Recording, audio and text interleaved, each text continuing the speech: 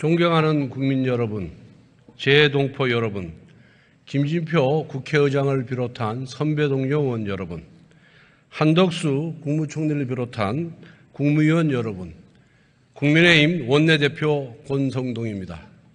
오늘 연설을 시작하기에 앞서 지난 대통령 선거와 지방선거에서 저희 국민의힘을 선택해 주신 국민 여러분께 진심으로 감사를 드립니다.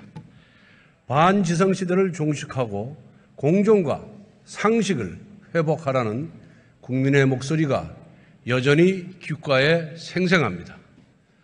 당내 문제로 걱정을 끼쳐드렸고 국회 정상화가 늦어지면서 민생 대책은 지연되었습니다. 집권 여당의 원내대표로서 무한 책임을 느낍니다. 다시 시작하겠습니다. 초심의 자세로 국민의 뜻을 섬기겠습니다.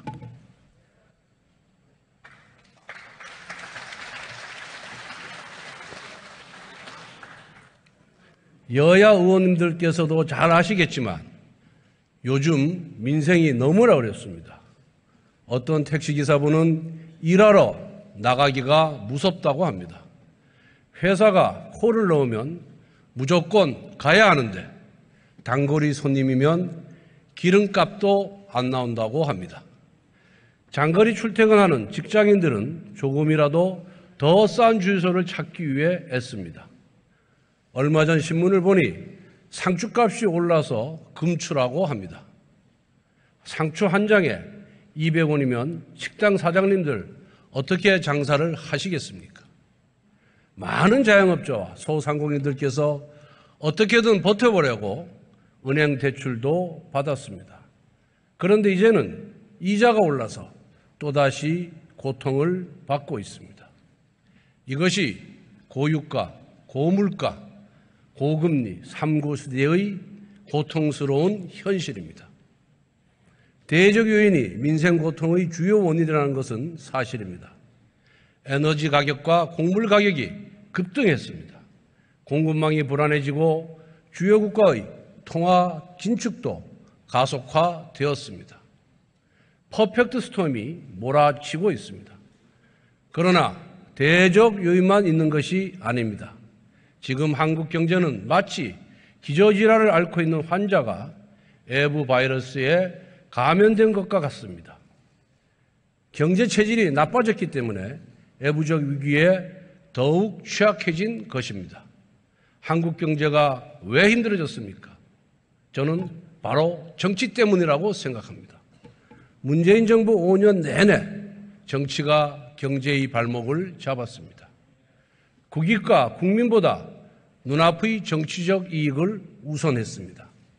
오늘만 산다식의 근시안적인 정책, 국민을 갈라치는 분열적 정책이 바로 민생 고통의 주범입니다. 경제의 기본을 무시한 소득주도 성장, 정치 논리가 앞선 최저임금의 급격한 상승으로 고용시장은 얼어붙었습니다. 최저임금이 누군가에게는 벽이 될 수 있습니다. 이 벽을 넘지 못한 자영업자는 폐업했습니다. 어떤 근로자는 저임금을 받을 기회조차 빼앗겼습니다. 문재인 정부는 부동산 대책을 무려 28번이나 발표했습니다. 5년 내내 수혜 억제, 공급 무시로 일관했습니다. 민주당의 임대차 3법 같은 졸속 입법과 맞물려 국민은 주거 불안에 시달리고 있습니다. 집을 살 때 내는 취득세, 집을 갖고 있을 때 내는 보유세, 집을 팔 때 내는 양도세를 대폭 인상하여 옴짝달싹 못하게 하였습니다. 오죽하면 내 집 팔아서 옆집으로 이사 못 간다는 말까지 나왔겠습니까? 잘못된 정치가 국민을 이사 완박으로 만들어버렸습니다. 고용주와 근로자, 임대인과 임차인, 주택 소유자와 무주택자를 갈라쳤습니다. 그 결과 모두가 힘들어졌습니다. 민주당은 기득권과 싸운다고 목소리를 높였지만 사실은 민생과 싸우고 있었던 것입니다. 코로나 방역의 상처가 아직도 남아 있습니다. 2주 단위로 말 바꾸는 비과학적인 방역 때문에 희망 고문을 당하다가 장사를 접은 분들이 한두 명이 아닙니다. 국민 얼차례 방역으로 비판받으니까 재난지원금 명목으로 나라 곳간을 털어댔습니다.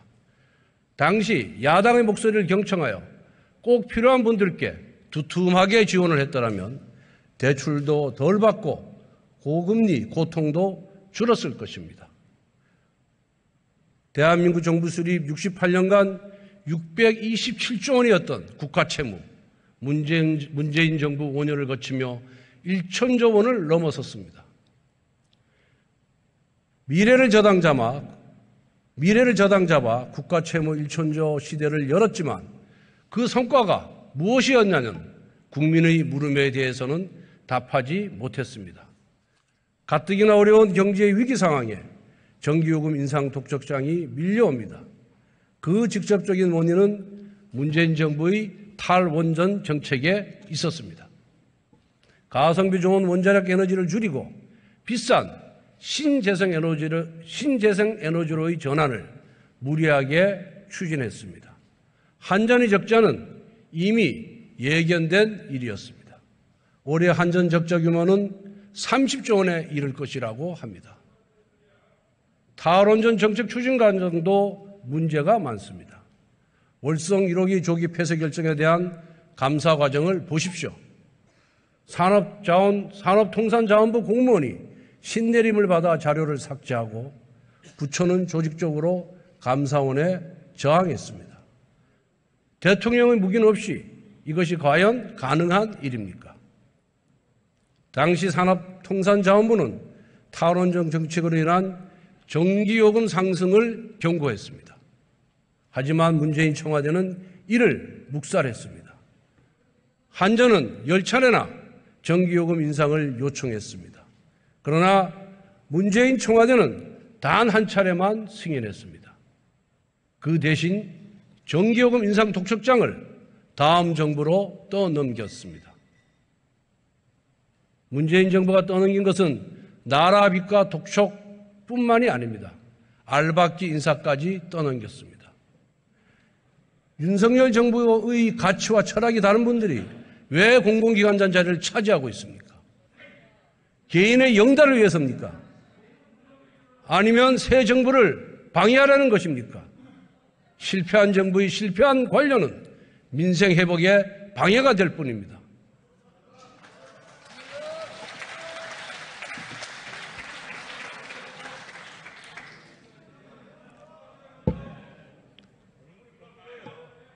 고위직 공무원은 명예직이지 고액 알바가 아닙니다. 깨끗하게 사퇴해서 마지막 자존심이라도 지키시길 바랍니다. 민주당이 진정으로 지난 5년의 실패를 인정한다면 알박기 인사들에게 자진사퇴 결단을 요청해 주십시오. 이것이 국민에 대한 최소한의 도리이고 새 정부에 대한 최소한의 도의입니다.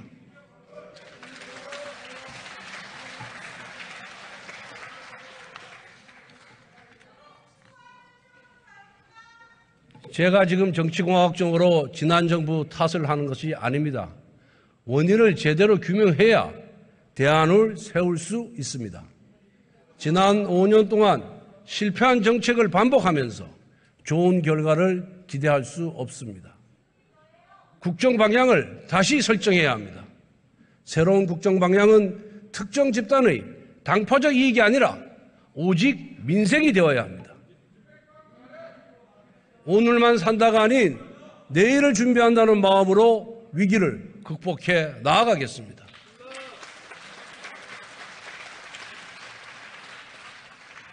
윤석열 정부와 국민의힘은 우선 국민의 밥상부터 신경 쓰겠습니다. 이미 돼지고기, 식용유 등 식품 원료 7종 할당 관세와 단순 가공식품류 부가가치세는 연말까지 면제했습니다. 가격이 불안정한 감자, 양파, 마늘 등은 비축 물량을 풀어서 시장 공급을 확대하겠습니다. 직장인 식대 비과세 기준도 10만 원에서 20만 원으로 확대하겠습니다. 도로, 교통, 우편요금 등은 올해 말까지 동결하고 전기와 가스요금 인상은 최소화하겠습니다. 유류세 인하를 연말까지 연장하겠습니다. 국회 정상화 즉시 유류세 인하 폭 확대 법안을 야당과 협의하여 통과시키겠습니다. 경기 침체와 코로나의 어두운 터널을 지나오며 민간 부채가 크게 늘었습니다. 소득 감소를 추가 대출로 버텨왔습니다. 가파른 금리 상승이 취약계층의 금융 부담을 가중시키고 있습니다. 서민 경제 붕괴와 대량의 신용 불량자를 사전에 막기 위해 특단의 금융 대책이 필요합니다. 올해 9월 만기 연장 상환 유예 조치가 만료되더라도 사각지대가 없도록 촘촘한 보완 장치를 마련하겠습니다. 30조 원 규모의 새 출발 기금을 설립하여 소상공인 자영업자들이 원리금 상환 일정을 조정하겠습니다. 7% 이상 고금리 대출을 저금리 대출로 전환하여 실질적인 상환 부담을 줄이도록 하겠습니다. 동시에 성실하게 빚을 갚아가는 국민께서 박탈감을 느끼지 않아야 합니다. 엄격한 재산소득조사에 기반하여 대출기간 연장과 채무 조정을 하도록 하겠습니다. 특히 청년들의 재도전을 지원하되 원금 완전 상환을 원칙으로 도덕적 해이를 철저히 방지하겠습니다. 취약계층일수록 물가 상승이 버겁습니다. 긴급복지 재산 기준을 완화하여 지원 대상을 확대하겠습니다. 저소득층 가구에 지급하는 에너지 바우처 역시 지급 대상과 규모를 늘렸습니다. 아이를 키우는 젊은 부모를 위해 이미 기저귀와 분유에 대한 부가가치세를 면제한 바가 있습니다. 코로나19 오미크론 변이가 유행하고 있습니다. 역대급 전파력을 갖고 있다는 켄타우로스 변이의 국내 첫 확진자가 발생했습니다. 일일 확진자가 20 내지 30만 명까지 급증할 수 있다고 합니다. 이로 인해 국민들은 2년 만에 회복한 일상의 자유를 빼앗길까 우려하고 있습니다. 또다시 백신 패스 도입, 비과학적 거리두기 등 강제 조치가 시행될까 봐 상당히 걱정하고 있습니다. 국민 여러분께 분명하게 말씀드립니다. 윤석열 정부에서 비과학적 거리두기는 없습니다. 저희는 정치방역 하지 않겠습니다. 저희의 원칙은 과학방역입니다.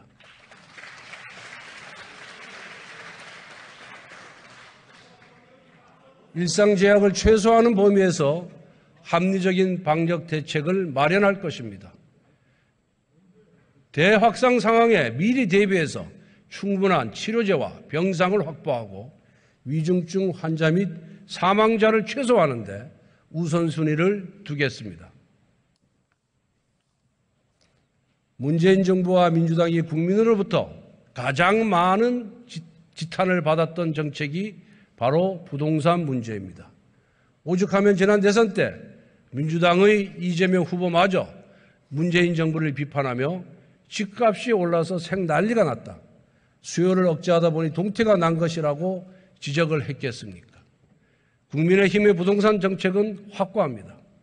국민의 주거 안정과 합리적인 조세제도 수립이 목표입니다.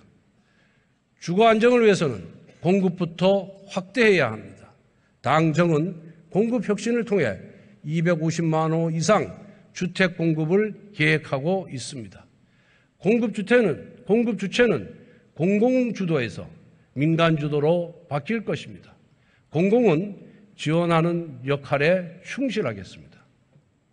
1기 신도시 특별법, GTX 확대 및 조기 착공 등 대선 공약을 이행하여 양질의 주택 공급 여건을 마련하겠습니다.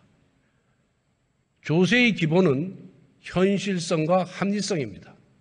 납세자를 설득할 수 있는 근거가 있어야 합니다.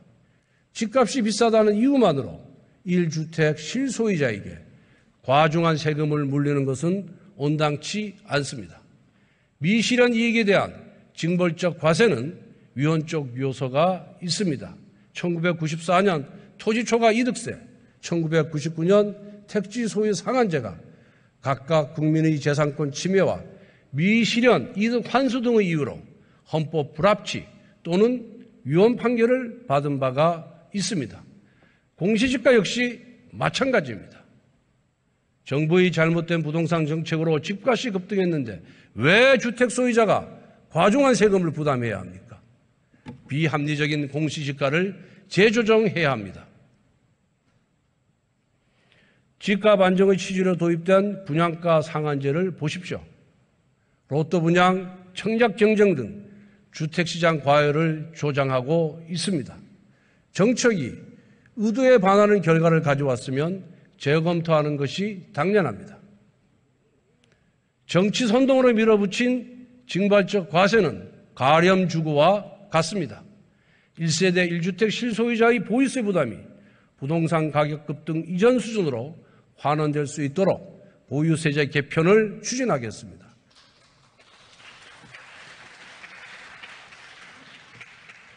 또한 무주택 실소유자가 생애 최초로 주택을 구입하는 경우 취득세 감면을 확대하겠습니다. 문재인 정부가 걷어찬 주거사다리 국민의힘이 반드시 되찾아 오겠습니다.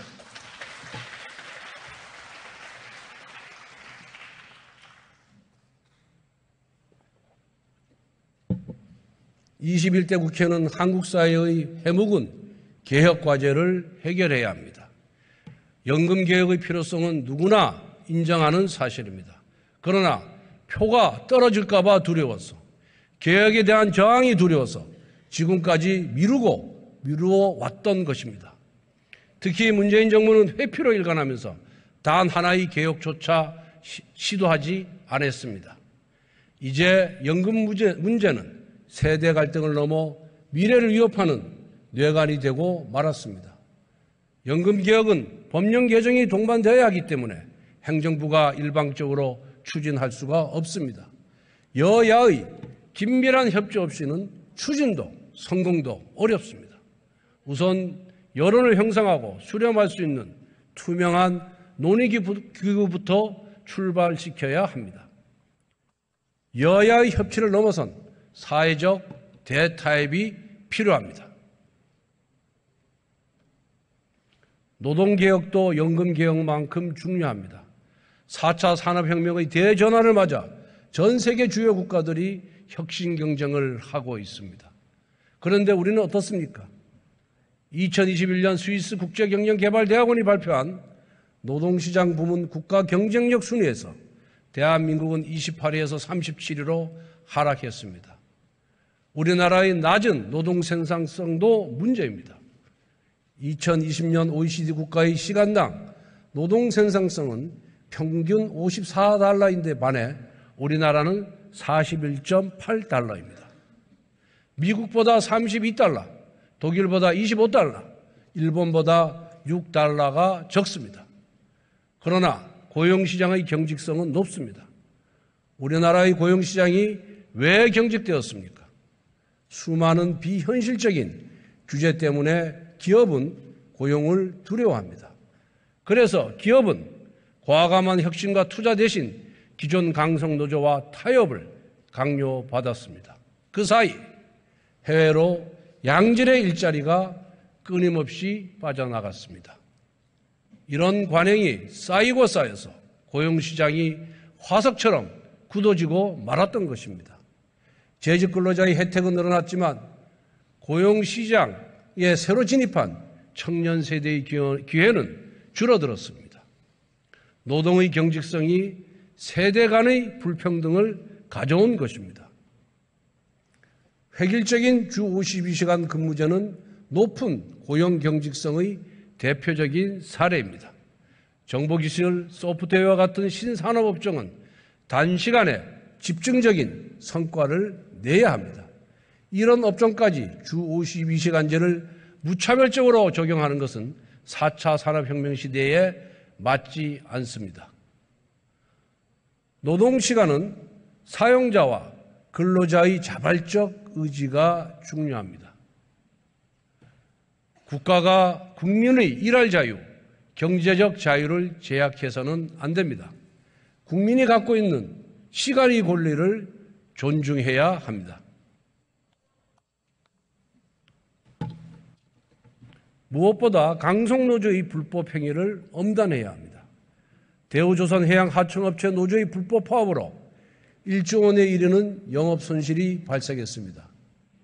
지금까지 대우조선에는 10조 원이 넘는 국민혈세가 투입되었습니다. 그런데 금년에 또다시 1조 원의 공적자금을 투입해야 대우조선이 연명한다고 합니다. 지난해 영업손실은 1조 7천억 원에 이르렀는데 이번 불법 정고로 인해 매달 130억 원의 지체 배상금마저 물게 되었습니다. 지역경제에도 타격이 불가피합니다.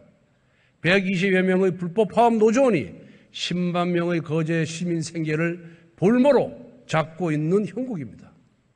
이렇게 상황이 엄중함에도 일부 정치인들은 파업 해결이 아니라 파업을 부추기는 무책임한 행동을 일삼고 있습니다. 대우조선뿐만 아니라 민주노총의 장악한 사업장은 대한민국의 치해복권지대, 불법의 해방구가 되었습니다. 민주노총은 사업주와 비조합원에게 갑질과 폭력을 일삼는 조폭식 이입집단으로 전락했습니다. 같은 노조원에게 일감을 몰아주고 쇠파이프를 들고 비노조원들의 출근길까지 막았었습니다. 폐업으로 내몰린 하청업체 사장을 조롱하면서 눈앞에서 춤까지 췄습니다. 불법 행위는 엄정하게 대응해야 합니다. 불법에 대한 미온적 대응은 결국 불법을 조장합니다. 불법과 폭력에 대한 준엄한 법의 심판이 바로 공정과 상식의 회복입니다.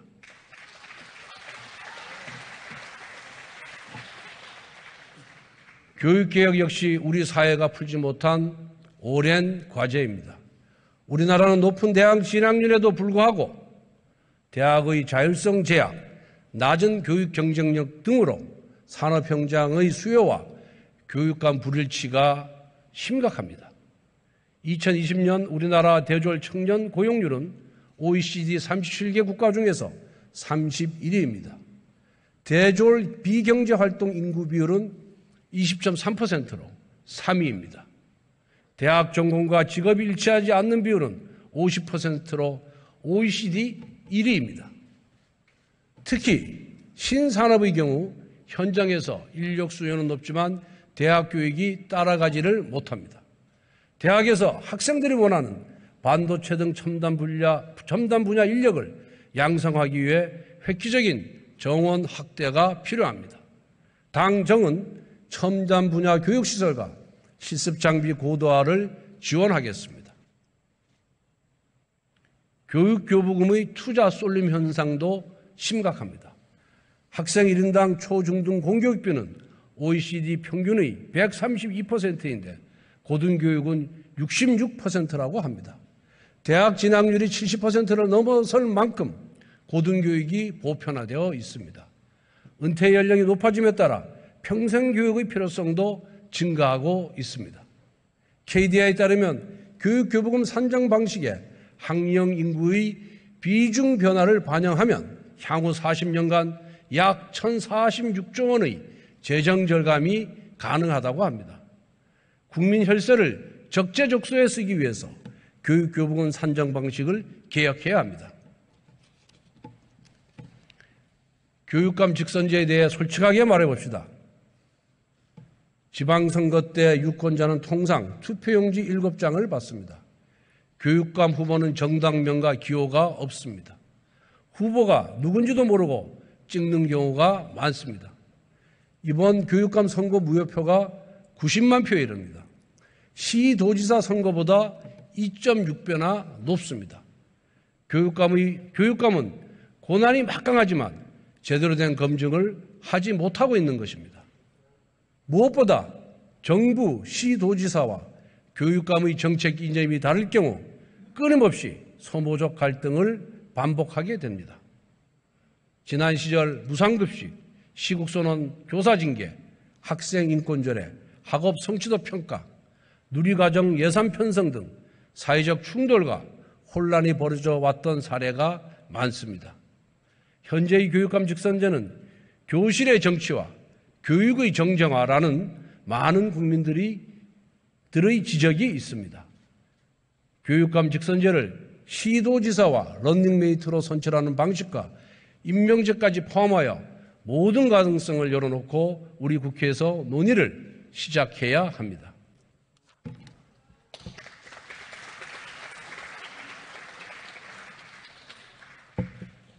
(1990년대) 이후 대한민국 경제의 성장 기반은 급속히 하락하고 있습니다. 우리 경제 성장률은 1990년대 7.1%, 2000년대 4.7%에서 2010년대에 들어서서는 2 내지 3%까지 떨어졌습니다. 한국경제연구원, 금융연구원 등 국내 연구기관은 10년 내 잠재 성장률이 0%대로 추락할 것이라고 경고하고 있습니다. 한국 경제는 산업구조 전환이 지체되는 가운데 최근 수년간 과도한 규제와 정부 개입이 민간의 활력과 자율성을 해쳤습니다. 2021년 우리나라는 OECD 회원국 중 상품 시장 규제 강도 6위, 정부 기업 활동 개입 수준 3위를 기록했습니다. 문재인 정부의 경제정책이 정부 주도였다면 윤석열 정부는 민간 주도입니다. 이것이 본질적인 전환입니다. 과감한 규제 개혁을 통해 자유로운 시장 질서를 회복하겠습니다. 정부는 규제혁신 최고결정기구인 규제혁신전략회의와 실무추진기구인 200명 규모의 규제혁신 추진단을 신설했습니다.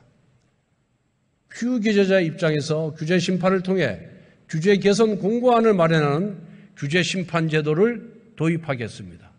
원인 투아웃 제도로 규제 신설 시 예상되는 규제 순비용의 2배 수준으로 기존 규제를 폐지, 완화할 것입니다. 부처별 규제 감축 목표를 탄력적으로 설정하여 자발적이면서 실효적인 감축을 유도할 것입니다. 규제가 신설될 때 재검토 기한 설정을 의무화하여 규제 일몰제의 효과를 높이겠습니다. 중앙정부의 각종 인허가권 등 규제 권한도 지방으로 이관하여 현장 중심의 규제 유연화를 도모하도록 하겠습니다. 규제개혁 논의가 있을 때마다 일부 정치권에서는 기업 편들기라는 선동을 내세워 번번이 개혁을 좌초시켰습니다. 그러나 현실은 정반대입니다. 정부의 강한 규제개혁 의지 덕분에 지난 5월 우리 기업은 향후 5년간 1천조 원 규모의 투자를 약속했습니다. 기업의 투자는 양질의 일자리가 될 것이고 민간의 성장한 국가재정의 강화로 이어질 것입니다. 좋은 일자리는 민간에서 만듭니다. 기업의 활발한 투자를 위해 과감한 세제 개편이 필요합니다. 법인세 인상은 소탐대실입니다. 법인세 인하는 이미 국제적인 추세입니다. 미국, 영국, 프랑스 등 주요 국가는 법인세 인하 경쟁 중입니다. OECD 평균 법인세율도 22.5%까지 지속적으로 내려왔습니다. 국제적인 조세 경쟁을 고려하여 법인세 과표 구간을 단순화하고 최고 세율을 현행 25%에서 22%로 인하하겠습니다. 현재도 상위 1%의 기업이 법인 세수의 75.4%, 상위 10%의 기업이 91.3%를 부담하고 있습니다. 세율 인상, 최저임금 인상, 비정규직 제로 등 정부의 압력이 커질 경우 국내 기업의 해외 이전 가속화, 자본 유출, 신규 고용 축소, 청년 실업 증가 등이 우려됩니다. 동시에 상속세 부담이 가업의 승계를 막고 경제 활력을 해치고 있습니다. 상속세를 유산 과세형에서 유산 취득 과세형으로 전환하겠습니다. 물려주는 유산 전체가 아닌 상속인이 물려받은 금액으로 그 기준을 바꿔 세 부담을 완화해 나아가겠습니다.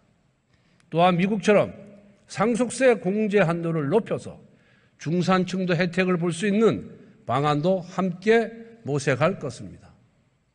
가업 승계는 부자 승계가 아닌 고용 승계입니다. 원활한 가업 승계를 지원해야 합니다. 가업 상속 공제와 가업 승계 증여세 특례 제도를 합리적으로 개편하겠습니다. 일정 요건을 갖춘 가업 승계 상속인에 대해서는 양도, 상속, 승계하는 시점까지 상속세 납부를 유예하는 방안도 검토하겠습니다. 대상 기업의 매출액 기준을 현행 4천억 원에서 1조 원으로 대폭 올리고 공제액도 상향하겠습니다. 대기업이 지방으로 이전하면 각종 세제 지원과 규제 완화를 하겠습니다. 최근 시도별 예산정책 협의회를 하면서 시도지사들을 만나다 보니 지방의 지속가능 발전과 균형 발전을 위해서는 대기업 이전이 꼭 필요하다고 이구 동성이었습니다. 자유롭고 공정한 시장경제 질서를 확립하기 위해 신기술 탈취, 부당 내부 거래 등 불공정 행위에 대한 감시와 처벌은 강화할 것입니다. 납품 단가 연동제를 도입하여 중소기업이 정당하게 제값을 받는 여건을 조성하겠습니다. 위기 극복을 위한 고통분담, 정부가 앞장서야 합니다. 공공부문 역시 혁신을 피할 수가 없습니다. 우리나라 공무원 정원은 현재 총 116만 3천여 명입니다. 문재인 정부 5년간 증가한 공무원 13만 명은 이명박 박근혜 정부 증가 규모의 3배 수준입니다. 국가공무원의 인건비는 2017년 33.4조 원 수준에서 올해 41.3조 원에 달합니다. 지난해 공무원 연금 적자 보전액은 4조 원을 넘어섰습니다. 향후 정년을 마칠 때까지 지급해야 할 인건비와 연금 등을 감안하면 천문학적인 부담입니다. 공무원의 증가는 규제의 증가입니다. 급증한 공무원 규모는 미래 세대에게 큰 부담입니다. 이제는 결단해야만 합니다. 공공기관 구조조정 역시 미룰 수가 없습니다.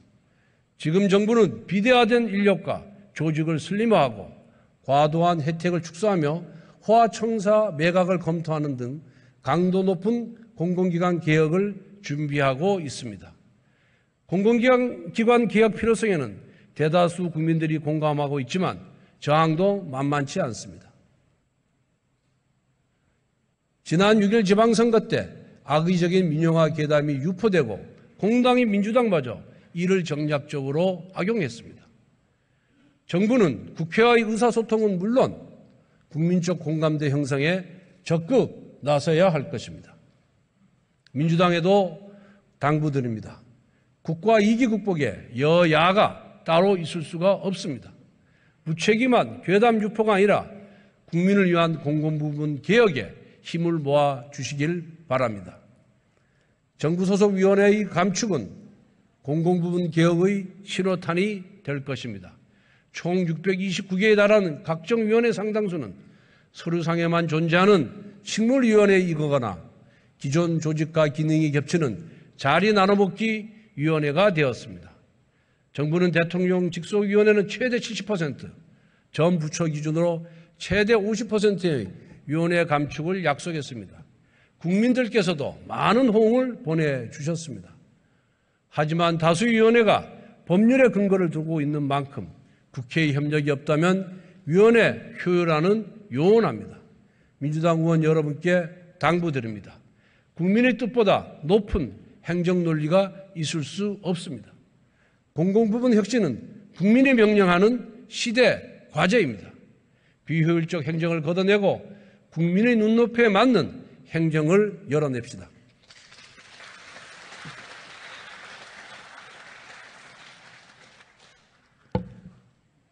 정부의 국가개혁 패러다임은 4차 산업혁명 중심 국가입니다. 국정과제 110개 중 29개가 과학기술과 연관되어 있습니다. 신기술을 확보하고 신산업을 중점 개발할 수 있도록 제도 개편과 지원을 약속합니다.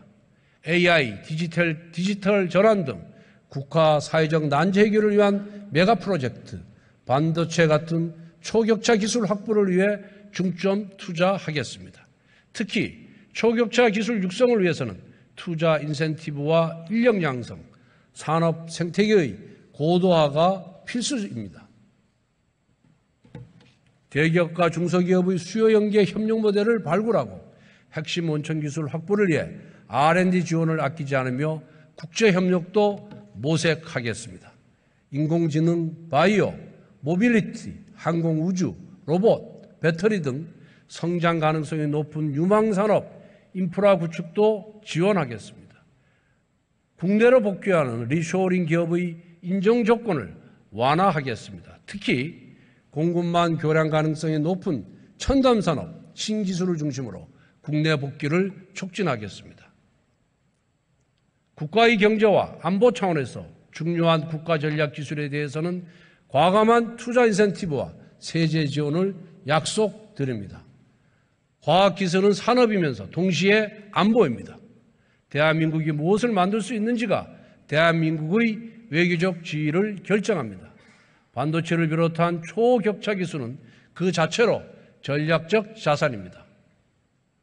우리가 높은 기술과 산업 고도화를 확보할수록 우리는 매력적인 동맹이 될 것입니다. 4차 산업혁명을 선도하기 위해 막대한 전력 수요를 감당해야 합니다. 경제적, 안정적인 발전 능력을 확보해야 합니다. 러시아발 에너지 위기, 유럽 일부 국가의 신재생 에너지 전환의 실패에서 보았듯이 에너지 주권을 확립해야 합니다. 기후 위기에 대비하기 위해 탄소 감축을 달성해야 합니다. 이 과제를 모두 충족하기 위해서는 원자력 발전은 필수입니다. 우리는 안정적인 전력 공급, 값싼 전기요금, 에너지 주권, 탄소 주권을 확립하기 위해 탈원전 정책을 폐기하겠습니다.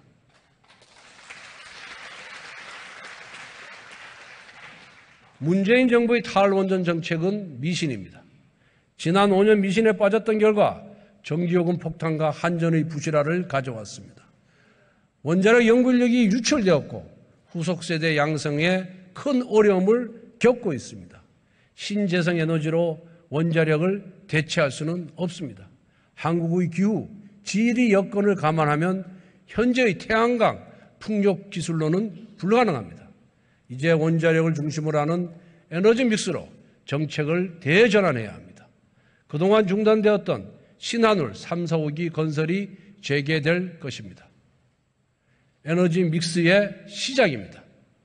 무엇보다 무너진 원자력 산업의 경쟁력부터 강화해야 합니다. 4세대 원자력 개발과 수출에 박차를 가하겠습니다. 혁신형 소형 원자로, 4세대 원자로, 원전 연계 수소 생산 등 탄소 중립을 위한 유망 미래 기술을 집중 육성하겠습니다.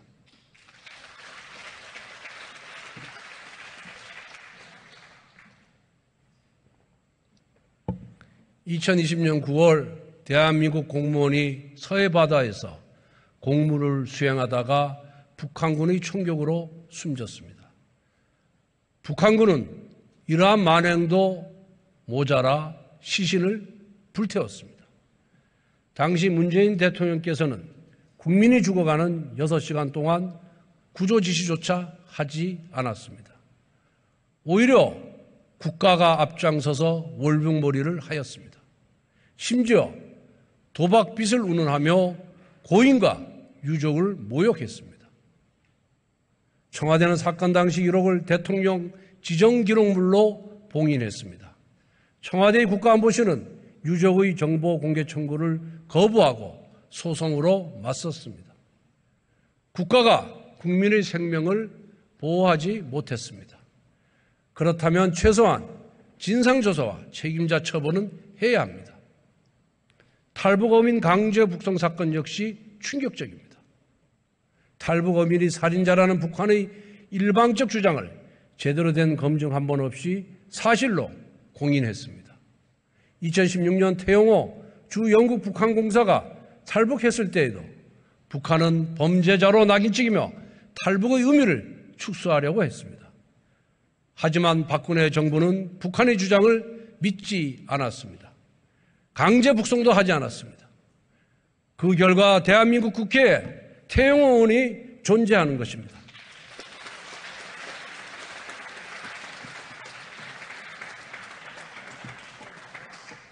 해수부 공무원이 월북자가 아니라는 유족의 주장은 무시하고 탈북 어민이 살리는 자라는 북한의 주장을 맹신했습니다. 정치적 유불리에 따라 거짓과 진실을 뒤바꿨습니다. 무엇을 숨기려고 이렇게 했습니까? 북한의 잔혹함입니까? 아니면 문재인 정부의 무능함입니까? 그것도 아니면 둘 다입니까? 지금까지 3명의 대통령이 남북 정상회담을 했습니다. 그때마다 평화를 외쳤습니다. 외교 안보는 현실에서 출발해야 합니다. 북한은 지속적으로 핵무장 능력을 강화해 왔습니다. 북한은 지금도 대한민국을 위협하고 있습니다. 이것이 숨길 수 없는 우리의 안보 현실입니다. 평화는 외치는 것이 아닙니다. 지키는 것입니다. 평화는 압도적 힘의 결과입니다. 종이와 잉크로 만든 종전선언보다 허공 속에 흩어지는 가짜 평화의 구호보다 우리는 힘을 믿어야 합니다.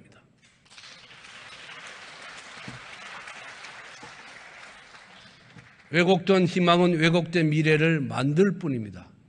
민주당 일부에는 운동권 시절의 낡은 세계관을 여전히 버리지 못한 분들이 있습니다. 그 이념은 80년대에도 틀렸고 지금도 틀렸습니다. 그때도 위험했고 지금도 위험합니다. 자강과 동맹을 통한 강력한 힘만이 우리의 평화와 번영을 보장할 수 있습니다.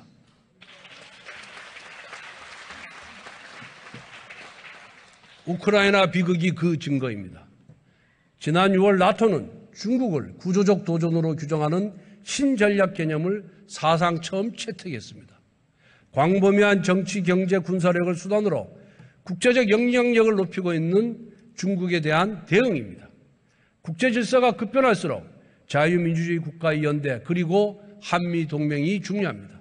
지난 5월 한국과 미국의 두 정상은 한미동맹을 글로벌 포괄 전략동맹으로 격상할 것을 합의했습니다. 이제 한미동맹은 군사동맹을 넘어서 경제동맹, 기술동맹, 가치동맹이 되었습니다. 무엇보다 대북 굴종 외교 노선을 폐기하고 자유민주주의 국가로서 단호한 태도를 갖출 것입니다. 지난 6월 한미외교 장관은 회담을 통해 지난 정부 시절 중단되었던 확장 억지 전략 협의체를 재가동하기로 합의했습니다. 북한이 핵실험 등 중대한 도발을 할 경우 한미동맹을 바탕으로 한미일 연대협력, 나아가 국제사회와 공동대응도 적극적으로 할 것입니다. 자유와 인권은 인류 보편의 가치입니다. 국제사회 연대는 이 가치에 충실해야 합니다. 우리 역시 선진국으로서 그 의무를 다해야 합니다. 북한인권법이 통과되고도 민주당의 비협조로 인해 북한인권재단 설립이 5년 이상 늦어지고 있습니다. 재단 설립을 위해서는 이사회가 구성되어야 합니다. 민주당은 추천이사 명단을 조속히 제출해 주시기를 바랍니다. 민주당에 호소합니다. 북한 정권보다 북한 인권이 먼저입니다.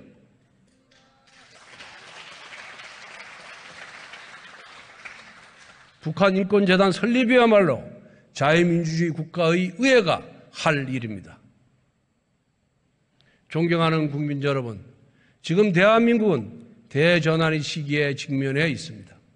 지금 우리는 도약인가 도태인가 하는 갈림길에 서 있습니다. 대한민국은 산업화와 민주화 모두 쟁취한 국가입니다. 세계사적 유례가 없는 기적을 거듭한 자랑스러운 나라입니다. 이 위대한 대한민국의 역사가 오늘 우리에게 묻고 있습니다. 어떻게 위기를 극복할 수 있냐고, 어떻게 도약할 수 있냐고 묻고 있습니다. 대한민국은 가장 가난한 나라로 태어났습니다. 절대 다수의 국민이 절대 빈곤에 허덕였습니다. 그러나 우리 선배들은 포기하지 않았습니다. 빈손으로 세계사적 기적을 거듭했습니다. 산업화는 우리의 첫 번째 도약이었습니다. 전쟁의 표 위에 도로를 닦고 공장을 세웠습니다. 농수산물을 팔던 우리는 어느덧 자동차와 가전, 석유화학, 철강 제품을 만들기 시작했습니다. 그렇게 대한민국은 성공적인 산업국가가 되었습니다. 정보화는 우리의 두 번째 도약이었습니다. 외환위기 속에서도 정보통신 분야의 혁신을 이루어냈습니다. 반도체를 비롯한 고부가가치 제품은 주력 산업이 되었습니다. 한국 기업은 세계적 수준으로 성장했습니다. 그렇게 대한민국은 선진국의 반열에 올랐습니다. 이처럼 우리는 도약을 거듭했습니다. 언제나 그렇듯이 도약은 위기에 대한 응전이었고 고통스러운 자기 혁신의 과정이었습니다. 우리 선배들이 그러했듯이 우리도 도약이냐 도태냐는 갈림길에서 다시 한번 도약을 선택해야 합니다. 박정희 대통령의 산업화와 김대중 대통령의 정보에 이어서 대한민국의 세 번째 도약을 준비해야 됩니다.